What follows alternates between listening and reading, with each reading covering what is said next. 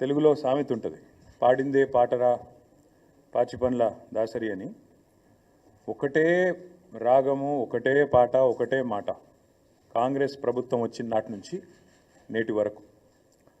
ముఖ్యమంత్రి రేవంత్ రెడ్డి నుంచి మొదలు పెడితే రాష్ట్రంలో ఉండే ప్రతి కాంగ్రెసు నాయకుడు ఒక ఎజెండా ప్రకారం గోబెల్స్ వారసుల్లాగా ఒకటే ప్రచారం, ఒకటే సొల్లు పురాణం. 15 నెలలుగా అరిగిపోయిన గ్రామ్ఫోన్ రికార్డు లాగా. ఏంటిది అది? ఒక ఆయన దివాలా తీసిన తెలంగాణ అంటాడు, ఇంకో ఆయన నాశనం అయిపోయిన తెలంగాణ అంటాడు. ఇక ముఖ్యమంత్రి అయితే ఇంతకంటే దివాలా కోరు ముఖ్యమంత్రి బహుశా భారతదేశంలో ఎవరు ఉండరు. నా రాష్ట్రం అనారోగ్యం పాలైపోయింది, నా రాష్ట్రానికి క్యాన్సర్ వచ్చింది, ఒక క్యాన్సర్ రోగిలా ఉన్నది అని దివాలా కోరు మాటలు మాట్లాడిన భావదారిద్రపు ముఖ్యమంత్రి బహుశా భారతదేశ చరిత్రలో ఎవరు లేరు, రేవంత్ రెడ్డి గారు తప్ప. కానీ ఇవాళ అదే రేవంత్ రెడ్డి గారి మూతి మీద తన్నినట్టు, అదే రేవంత్ రెడ్డి గారి చెంప చెల్లుమనేటట్టు, అదే రేవంత్ రెడ్డి సొల్లు పురాణం అంతా తప్పు అంటూ ఆయన సొంత క్యాబినెట్లోని సహచరుడు, ఈ రాష్ట్ర ఉప ముఖ్యమంత్రి బట్టి విక్రమార్క గారు, రాష్ట్ర ఆర్థిక శాఖ మంత్రి గారు ఫిబ్రవరి 17 నాడు ఒక సమగ్ర సవివరమైన నివేదికను వారు విడుదల చేసినారు. ఇది మా కవిత్వం కాదు, బీఆర్ఎస్ పార్టీ యొక్క సొంత నివేదిక కాదు, రాష్ట్ర ప్రభుత్వం సాధికారంగా విడుదల చేసిన నివేదిక. Telangana state statistical abstract atlas అని కూడా అంటారు దాన్ని. ఫిబ్రవరి 17 నాడు మరి కేసీఆర్ గారి జన్మదిన కానుక అనుకున్నారేమో కానీ వారు విడుదల చేసి ఇందులో ముఖ్యమంత్రి మూతి మీద తన్నేటట్టు కొన్ని వాస్తవాలు చెప్పినారు. ఇన్ని రోజులు ముఖ్యమంత్రి మాట్లాడిన చిల్లర మాటలు, బజారు భాష, ముఖ్యమంత్రి చెప్పిన పచ్చి అబద్ధాలు, ఇవన్నిటినీ కూడా తిప్పికొడుతూ సమగ్రమైన సవివరమైన నివేదికను విడుదల చేసి వాస్తవాలు అంగీకరించినందుకు నేను ఈ ప్రెస్ మీట్ ద్వారా గౌరవ ఉప ముఖ్యమంత్రి బట్టి విక్రమార్క గారికి ధన్యవాదాలు తెలియజేస్తా ఉన్నా. ముఖ్యమంత్రి గారు కూడా నిన్న రంకెలు వేసినారు. ఎక్కడ పోతే అక్కడ రంకెలు వేయడం, అచ్చోసిన ఆంబోతులాగా నోరేసుకొని వాగడం ఆయనకు అలవాటు. ఆయన ముఖ్యమంత్రి అయినాక కూడా ఆయన పద్ధతి మారతలేదు. వారికి కూడా నేను విజ్ఞప్తి చేస్తా ఉన్నా ముఖ్యమంత్రి గారికి, దయచేసి మీరు సొల్లు మాట్లాడే ముందు, నోరు తెరిచే ముందు మీ సహచరుడు, మీ మంత్రివర్గ సహచరుడు సెక్రటేరియట్లో ఆయన విడుదల చేసిన ఈ నివేదికను ఒకసారి చదవండి.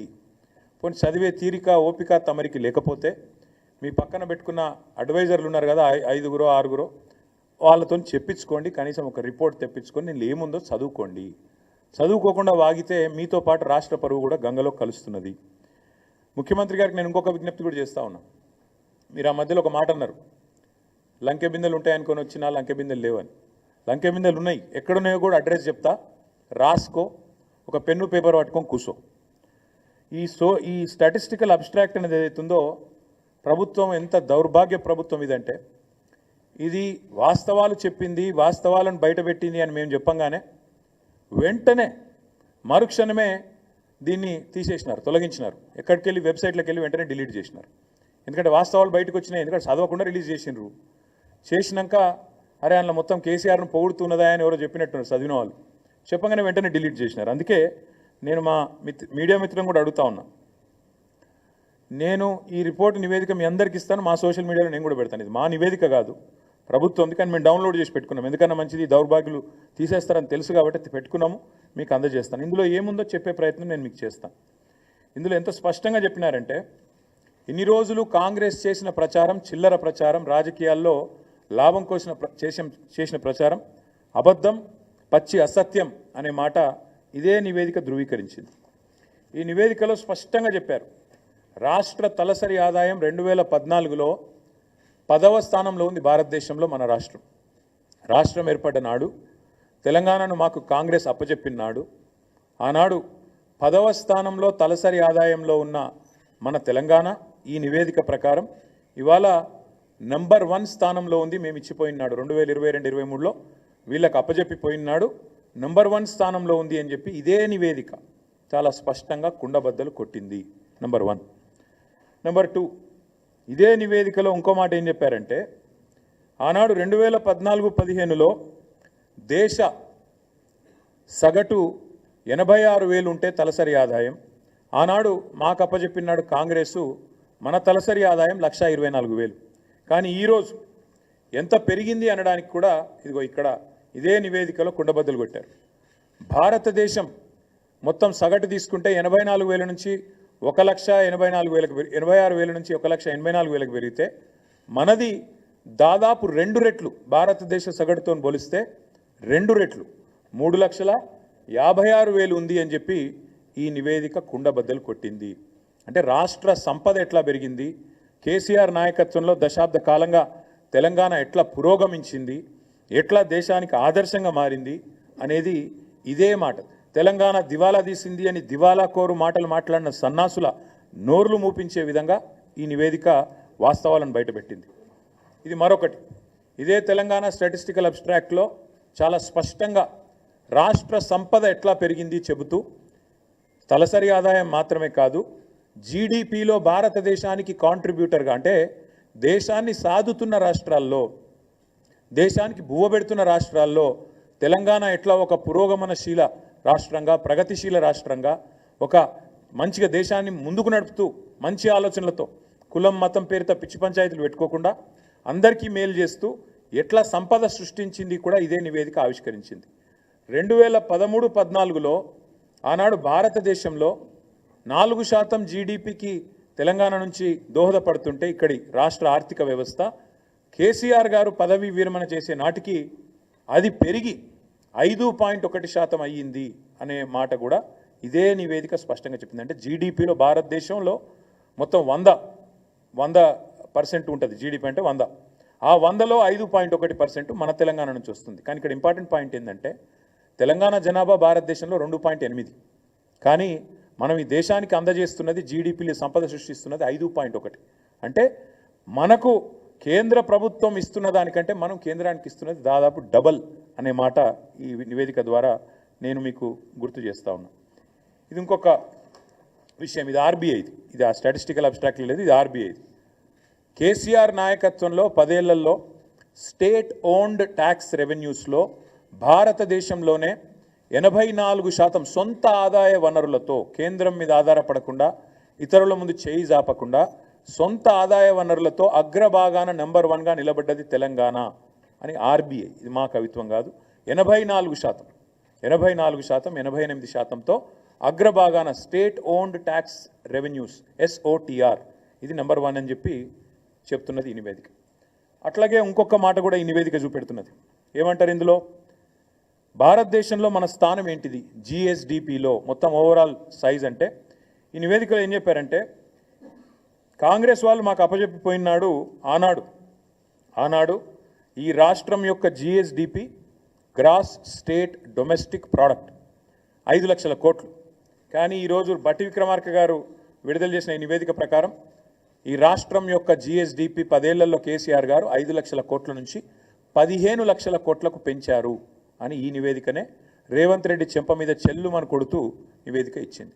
ఇది ఇక్కడ చాలా ఇంపార్టెంట్ స్లైడ్. ఇది ఇలా చూడండి మీరు, మనకంటే పైన ఎవరున్నారంటే మనకంటే చాలా భూభాగంలో జనాభాలో పెద్దదైన మహారాష్ట్ర, తమిళనాడు, ఉత్తరప్రదేశ్, కర్ణాటక, పశ్చిమ బెంగాల్, రాజస్థాన్, ఈ 6 తర్వాత తెలంగాణ. అంటే గుజరాత్ను కూడా తలదన్ని ఇవాళ తెలంగాణ 10 ఏళ్లలో ఎక్కడి నుంచి ఎక్కడికి 5 లక్షల కోట్ల నుంచి 15 లక్షల కోట్లకు GSDP పెరిగింది అని కాంగ్రెస్ ప్రభుత్వం విడుదల చేసిన నివేదిక చెప్పింది. అంటే రేవంత్ రెడ్డి గారు సిగ్గు తెచ్చుకోండి అని చెప్తా ఉన్నా. ఇంకా కొంతమంది సన్నాసులు ఎలక్షన్లో లాభం కోసం మాట్లాడినారు. కాళేశ్వరం అంటేనే కమిషన్ల ప్రాజెక్టు అని చిల్లర వాగుడు, చెత్తవాగుడు, బజారు మాటలు చాలా మాట్లాడినారు. వారికి కూడా ఇదే నివేదిక సమాధానం చెప్పింది. 95వ పేజీ, రేవంత్ రెడ్డి గారు 95వ పేజీ చదువుకో. మీ 95వ పేజీలో ఇదే దీనిలో స్టాటిస్టికల్ అబ్స్ట్రాక్ట్లు ఏం చెప్పిండ్రంటే, రాష్ట్రంలో మరి సంపద పెరిగిందంటే ఎట్లా పెరిగిందంటే మీ వాళ్ళే రాసినారు, మీ ప్రభుత్వమే రాసిన ఈ నివేదిక. To achieve these objectives government has implemented policy initiatives such as flagship Kaleshwaram project and mission Kakatiya to improve irrigation infrastructure, supply 24/7 power to farmers, investment support to farmers under Rythu Bandhu. అందువల్ల సంపద పెరిగింది అంటూ కాళేశ్వరాన్ని ప్రస్తుతిస్తూ స్తుతిస్తూ అద్భుతమైన ప్రాజెక్ట్ అని చెబుతూ తెలంగాణ స్టాటిస్టికల్ అబ్స్ట్రాక్ట్లో కనీసం పాప రాసిన అధికారులను నిజాలు చెప్పారు. సరే, ఈ సన్నాసులు చూసుకోలేదు, విడుదల చేసిన తర్వాత 4 గరుచుకున్నారు, అది వేరే విషయం. ఇంకోటి, ఈ వ్యవసాయానికి సంబంధించి మీ నివేదికనే చెప్తా ఉంది స్పష్టంగా రాష్ట్రంలో కాళేశ్వరం ప్రాజెక్టు కానీ మిషన్ కాకతీయ లాంటి ప్రాజెక్టుల వల్ల కానీ ఎంత వ్యవసాయ విస్తరణ జరిగింది, ఎట్లా సంపద పెరిగింది. ఇప్పుడు నేను చెప్పాను తలసరి ఆదాయం పెరిగింది అని చెప్పాను, రాష్ట్ర జిఎస్డిపి పెరిగింది. కేవలం ఒకటే సెక్టర్ వల్ల పెరిగిందా? కాదు. ఈ రాష్ట్ర ఆదాయము వ్యవసాయ విస్తరణ ఆదాయం పెరిగింది, సంపద పెరిగింది అంటే ఇవాళ మీరు మాకు అప్పజెప్పినాడు దాదాపు 34 లక్షల ఎకరాల్లో ఆనాడు పంటలు పండేది, 68 లక్షల మొత్తం నేను చెప్పేది వరి, 68 లక్షల టన్నులు ఆనాడు ఉత్పత్తి అయ్యేది మీరు అప్పజెప్పినాడు. మేము దిగిపోయే నాడు మరి మొత్తం చూసినట్టయితే ఓన్లీ వరి నేను చెప్పేది, మిగతా పంటలు కాదు, 1,18,00,000 ఎకరాల్లో సాగైతున్నది, 2,60,00,000 టన్నులు ధాన్యం పండుతున్నది, వరి ధాన్యం. అంటే ఎక్కడ మీరు అప్పజెప్పినాడు 34 లక్షల ఎకరాలు, ఎక్కడ 1,18,00,000 ఎకరాలు, ఎక్కడ 68 లక్షల టన్నులు, ఎక్కడ 2,60,00,000 టన్నులు. ఇది వ్యవసాయ విస్తరణ జరిగిందా లేదా, కాళేశ్వరం పనికొచ్చిందా లేదా, మిషన్ కాకతీయ కమిషన్ కాకతీయ అయ్యిందా? ఈ సొల్లువాగుడు వాగిన సన్నాసులందరూ దయచేసి కాంగ్రెస్ మిత్రులు చదువుకోండి, మీ ప్రభుత్వం ఇచ్చిన రిపోర్ట్ని నేను కోరుతా ఉన్నాను. ఐటీ ఎక్స్పోర్ట్స్ ఆనాడు తెలంగాణ రాష్ట్రం ఏర్పడ్డ నాడు ఐటీ ఎక్స్పోర్ట్స్ మీరు మాకు అప్పచెప్పినాడు 57,000 కోట్లు. మేము దిగిపోయిన నాడు ఐటీ ఎక్స్పోర్ట్స్ 2,41,000 కోట్లు. ఆనాడు ఐటీ రంగంలో మొత్తం మీరు దిగిపోయిన నాడు మాకు అప్పచెప్పినాడు ఐటీ రంగంలో ఈ రాష్ట్రంలో ఉద్యోగులు 3,23,000. మేము దిగిపోయిన నాడు 10 లక్షలు, అంటే 3 రెట్లు. అటు వ్యవసాయం పెరిగింది, ఇటు ఐటీ పెరిగింది. అట్లాగే మీరు ఆఖరికి యాదవ సోదరులకు కుర్మ సోదరులకు మేము గొర్రెలు పంచి పశు సంపద జీవ సంపద పెంచే ప్రయత్నం చేస్తుంటే, దానికి కూడా బీసీలను బలోపేతం చేసే ప్రయత్నం చేస్తుంటే దాని మీద కూడా చిల్లర మాటలు మాట్లాడారు. కానీ ఇది మీరు ఇచ్చిన రిపోర్ట్, షీప్ ప్రొడక్షన్లో number 1 in the country Telangana, జీవ సంపదలో number 1 in the country Telangana. అట్లాగే మీరే మాట్లాడినారు, మేము ఈరోజు కమిషన్ కూడా ఒకటేసినారు, పవర్లో కూడా ఏదో జరిగింది అని, విద్యుత్తులో కూడా ఏదో జరిగిందని. కానీ మళ్ళీ మీ రిపోర్టే చెప్తుంది మీరు మాట్లాడిందంతా శుద్ధ తప్పు అని. పర్ క్యాపిటా పవర్ కన్జంప్షన్ ఎట్లా పెరిగింది, ఎట్లా విద్యుత్ స్థాపిత సామర్థ్యం పెరిగింది, ఇది నివేదిక. ఎట్లా పెరిగింది ఆనాడు ఎంతుండే మీరు మాకు అప్పచెప్పినాడు పర్ క్యాపిటా ఎనర్జీ కన్జంప్షన్ 1,356 యూనిట్లు. మేము దిగిపోయినాడు ఎంతుంది 2,349 యూనిట్లు. మరి ఎట్లా పెరిగింది ఇది? వ్యవసాయ విస్తరణ జరిగింది, అట్లాగే పరిశ్రమల విస్తరణ జరిగింది, గృహాలలో కన్జంప్షన్ పెరిగింది, నాణ్యత పెరిగింది విద్యుత్తుది, కాబట్టి కన్జంప్షన్ కూడా పెరిగింది. ఇవన్నీ కూడా మీ రిపోర్టే చెప్తా ఉంది. ఇంకొక 2 మాటలు మాత్రం మీకు చెప్తాను నేను. ఫ్యాక్టరీస్ ఇది చూడండి దయచేసి, ఎట్లా పారిశ్రామిక విస్తరణ జరిగింది. ఐటీ ఒక్క రంగమే కాదు, పారిశ్రామిక విస్తరణ ఎట్లా జరిగింది, ఎన్ని ఫ్యాక్టరీలు, మ్యానుఫ్యాక్చరింగ్ రంగం ఉత్పత్తి జరిగింది, ఎట్లా జరిగింది. ఇక్కడ ఈ రిపోర్ట్లో ఏం రాశారంటే నెంబర్ ఆఫ్ ఫ్యాక్టరీస్ ఎన్ని ఉన్నాయి అని చూస్తే మనకంటే పెద్దదైన రాష్ట్రాలు 6, తమిళనాడు, గుజరాత్, మహారాష్ట్ర, ఉత్తరప్రదేశ్, ఆంధ్రప్రదేశ్, కర్ణాటక. వాళ్ళ తర్వాత మన స్థానం, నెక్స్ట్ మనమే. అంటే వీళ్ళకి మనకంటే జనాభాలో సైజులో భౌగోళికంగా చాలా పెద్ద రాష్ట్రాలు. కానీ మీ రిపోర్ట్ చెప్తున్నది తెలంగాణలో పారిశ్రామిక విస్తరణ కూడా అద్భుతంగా జరిగింది. వాస్తవాలు ఇట్లా ఉన్నాయి. అంటే దేశ జనాభాలో 2.8% ఉన్న తెలంగాణ 5.1% సంపద ఈ దేశానికి అందిస్తున్నది, ఇది వాస్తవం. జిఎస్డిపిలో గ్రోత్లో తెలంగాణ భారతదేశంలో నెంబర్ 1, ఇది వాస్తవం. సంపద సృష్టించడంలో తెలంగాణ ప్రభుత్వం కేసీఆర్ నాయకత్వంలో అద్భుతంగా పనిచేసింది, ఇది వాస్తవం. 10 ఏళ్లలో కొత్తగా దాదాపు 80 లక్షల ఎకరాలు సాగులోకి వచ్చినాయి, ఇది వాస్తవం. మీ రిపోర్టే చెప్తున్నది. వ్యవసాయంలో జరిగిన అభివృద్ధి గురించి అయితే పుంకాలుగా కాళేశ్వరం వల్ల జరిగిన లాభం, మిషన్ కాకతీయ వల్ల జరిగిన లాభం మీ నివేదికనే చెప్తా ఉంది, వాస్తవాలు, ఇది కరెక్టు. కాంగ్రెస్ వాళ్ళు ఈ రిపోర్ట్ చదవండి. దేశ తలసరి ఆదాయంలో ఇవాళ అగ్రభాగాన తెలంగాణ ఉన్నది. 1,84,000 నుంచి 3,56,000 జాతీయ సగటు కంటే డబల్ ఉన్నది అని మీ నివేదికనే చెప్పిన మాట వాస్తవం. మోదీ గారు తలకిందులు తపస్సు చేసినా, రాహుల్ గాంధీ గారు మరొక 100 జోడో యాత్రలు చేసినా ఇది సాధించలేరు అనేది కూడా వాస్తవం. అట్లాగే తెలంగాణలో గత 10 సంవత్సరాలుగా కేసీఆర్ గారు అకుంఠిత దీక్షతో మొక్కవోని పట్టుదలతో ఒక అభివృద్ధి యజ్ఞం చేసినారు, ఇది కూడా వాస్తవం అని మీ నివేదికనే చెప్తా ఉంది.